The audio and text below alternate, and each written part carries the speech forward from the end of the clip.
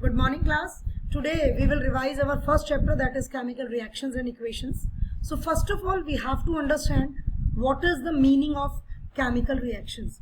अभी आप लोगों ने भी मुझे बताया कि chemical reactions वो reactions हैं या process in which when we add some substances with each other, new substances having different properties are formed, and that process is known as a chemical reaction. That is all right, but the simplest definition of chemical reaction is a chemical change is known as a chemical reaction. एक chemical change को हम एक chemical reaction basically कहते हैं.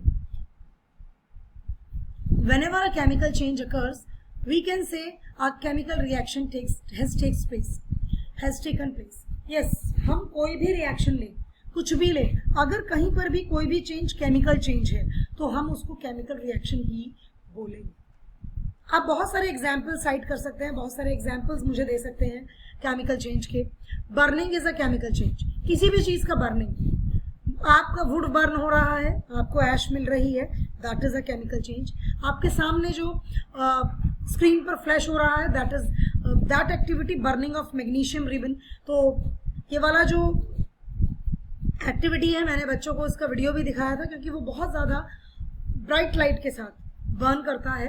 तो burning of magnesium ribbon produces white powder, white colour का powder बनाता है वो, that is a chemical change.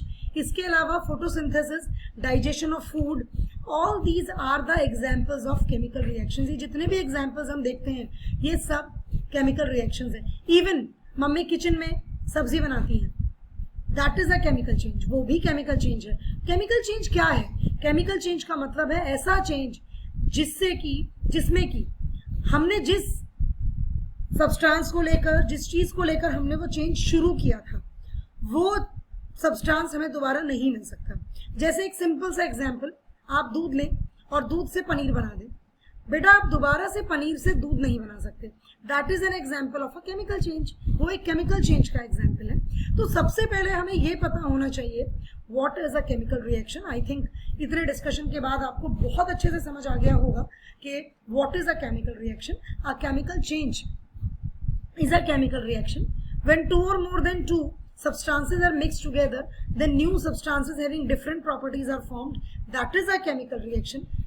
When we heat any substance, जब हम किसी substance को heat करते हैं and some new substances are formed, कुछ नए substances बनते हैं having some different properties, that is also a chemical reaction. Chemical change basically chemical reaction. This is an example. ये जो एग्जाम्पल है बेटा, मैं ये जो रिएक्शन है मैं बच्चों को क्लास में बहुत कराती हूँ. जिंक ग्रेन्यूल्स के साथ डाइल्यूट सल्फ्यूरिक एसिड का रिएक्शन, बहुत अच्छा रिएक्शन है. बड़े अच्छे से हमें हाइड्रोजन गैस, जो यहाँ देखिए आप, ये जो पार्ट है दिस वन, ये जो आपको डॉट्स नजर आ रहे हैं, this is nothing, this is hydrogen gas. जब आप जिंक ग्रेन्यूल को लेते हैं, जिंक ग्रेन्यूल का मतलब है कि जिंक मेटल को लेते हैं, उसके छोटे छोटे पीसेस को लेते हैं, तो डाइल्यूट सल्फ्यूरिक एसिड में तो होता क्या है, मेटल जब रिएक्शन करता है किसी भी एसिड के साथ तो क्या बनता है, हाइड्रोजन गैस बनती है और मेटल अपना सॉल्ट बनाता है बेसिकली. तो यहाँ पर ये जो आपको छोटे छोटे डॉट्स दिख रहे हैं, दीज आर हाइड्रोजन बबल्स, ये हाइड्रोजन बबल्स हैं. And whenever you do this, your zinc sulphate is formed, ZnSO4 is formed and hydrogen gas is released, hydrogen gas release होती है. तो this is basically a chemical change. ये क्या है, एक आपका केमिकल चेंज है.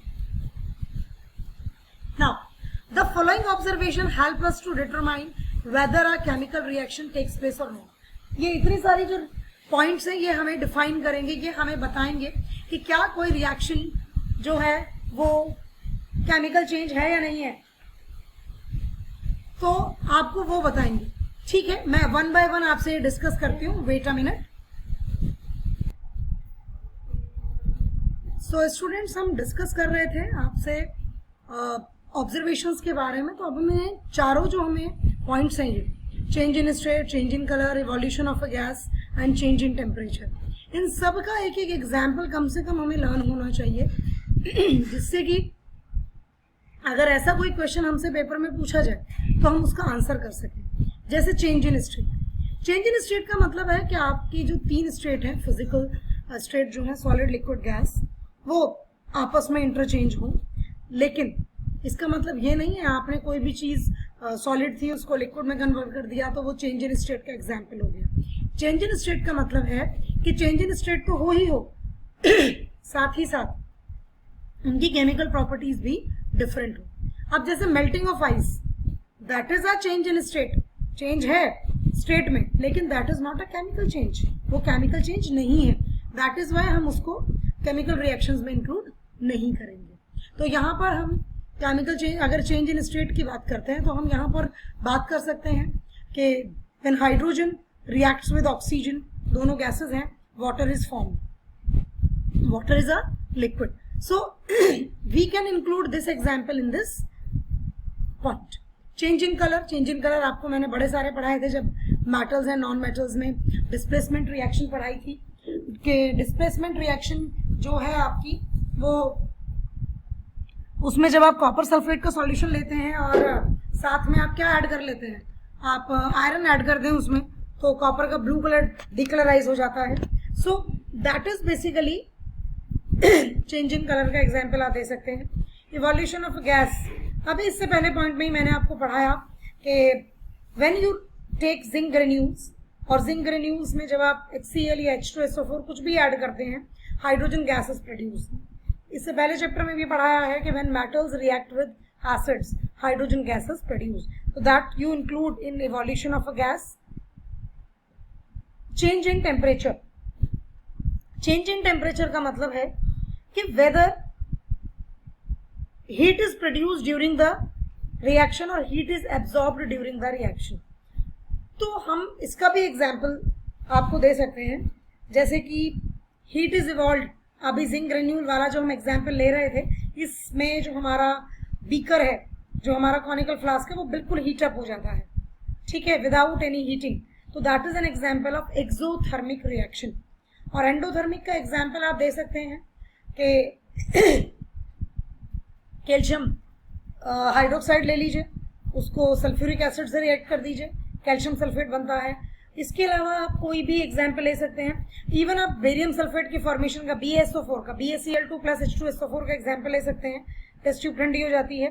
तो these are the some examples which you can include in the endothermic reactions.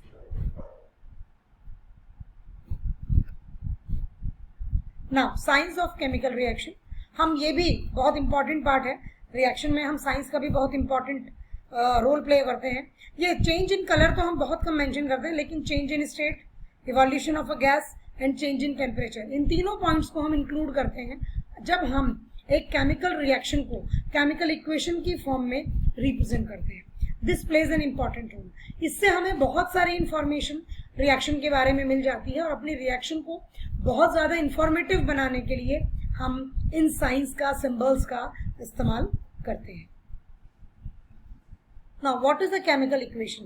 Chemical equation किसे कहते हैं? केमिकल इक्वेशन का मतलब है एक ऐसा शॉर्ट फॉर्म जिसे कि हम अप्लाई कर सकें, जैसे कि हम किसी एक रिएक्शन को उसके सिंबल्स के थ्रू, कुछ साइंस के थ्रू हम रिप्रेजेंट कर सकें in a easy manner. That is basically a chemical equation, उसको हम केमिकल इक्वेशन कहते हैं। अब मैं कुछ और पार्ट इसी का डील करूंगी आपसे।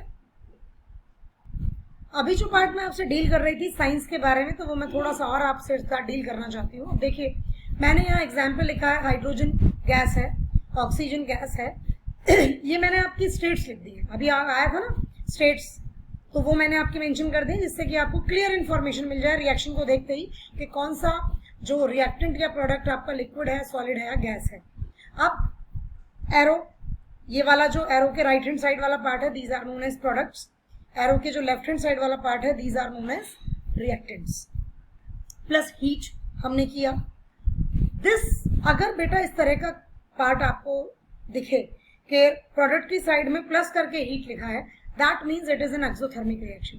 वो आपकी एक्सोथर्मिक रिएक्शन होगी क्योंकि हीट रिलीज हो रही है, ठीक है। लेकिन अगर एरो के ऊपर इस तरह का आपको ट्रायंगल कोई भी साइन मिलता है या प्लस करके इधर हीट लिख दिया जाए, तो that is an example of endothermic reaction. Okay, अब ये जो एरो है, this arrow represents the evolution of a gas. इसको ज्यादा क्लियर आप यहां से समझ सकते हैं when we add zinc granules में हमने HCl मिलाया, जिंक ग्रेन्यूल सॉलिड में थे, HCl हमारा लिक्विड स्टेट में था, तो ZnCl2 is formed, it is in aqueous, aqueous मतलब जो वाटर में डिसॉल्व हो, प्लस हाइड्रोजन। इसके आगे मैंने गैस नहीं लिखा, इसके आगे मैंने एरो लगा दिया क्योंकि this arrow represents the gas, ये एरो रिप्रेजेंट करता है गैस को। Is it clear? ये बात आपको समझ आई कि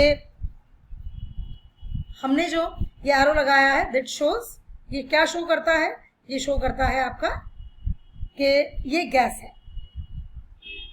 आप देखिए ये reaction, this is known as, ये जितना भी मैंने आपको दिखाया this is known as chemical equation. इसको हम केमिकल इक्वेशन कहते हैं क्योंकि ये केमिकल रिएक्शन को रिप्रेजेंट कर रही है in the form of an equation. Equation क्या होती है? व्हेन वी रिप्रेजेंट, जब हम किसी चीज को रिप्रेजेंट करें टू और मोर देन टू वेरिएबल्स जिसमें कि left hand side right hand side के इक्वल है, that is basically known as a reaction. तो हमने उसी को रिप्रेजेंट किया है। तो this is for today, thank you class and have a good day.